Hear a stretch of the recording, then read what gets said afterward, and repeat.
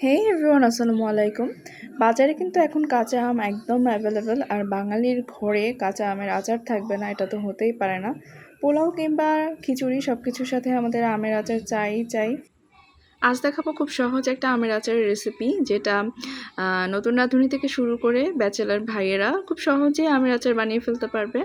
আমি 2 কেজির মতো কাঁচা আম নিয়েছি। তো ফার্স্টেই আমি কাঁচা আমগুলোকে খুব ভালোভাবে পিল করে নিব। আমার মেয়ে কিন্তু আমাকে খুব হেল্প করছিল, মাঝে মাঝে সে চা দিয়ে কাঁচা আম খাওয়ারও চেষ্টা করছিল। তো যাই হোক, আমি বারান্দায় বসে বসে আমগুলো কাটছিলাম, দেন চলে এলাম কিচেনে। প্যানে আমি 1 কাপের মতো সরিষার তেল দিয়েছি, আর দিয়েছি ফোড়নের জন্য 5 ফোড়ন। এরপর আমি শুকনা মরিচ দিয়েছি, 2টা শুকনা মরিচ আমি একদম ছোট ছোট করে কেটে দিয়েছি। তেলের মধ্যে এই শুকনা মরিচ আর 5 ফোড়নের ফ্লেভারটা জাস্ট অসাধারণ একটা ফ্লেভার। আমগুলোকে আমি সামান্য হলুদ আর লবণ দিয়ে হালকা বয়েল করে নিয়েছিলাম, যেন আমের টক ভাবটা কেটে যায়। দেন আমি আমগুলোকে দিয়ে নিয়েছি এবং 1 কাপের মতো চিনি দিয়েছি। চিনিগুলো ভালো করে গলে যাওয়ার আগ পর্যন্ত খুব ভালো করে নেড়েচেড়ে নিতে হবে এবং ওয়েট করতে হবে চিনি গলার আগ পর্যন্ত। এরপর পরিমাণ মতো লবণ দিয়ে নিতে হবে।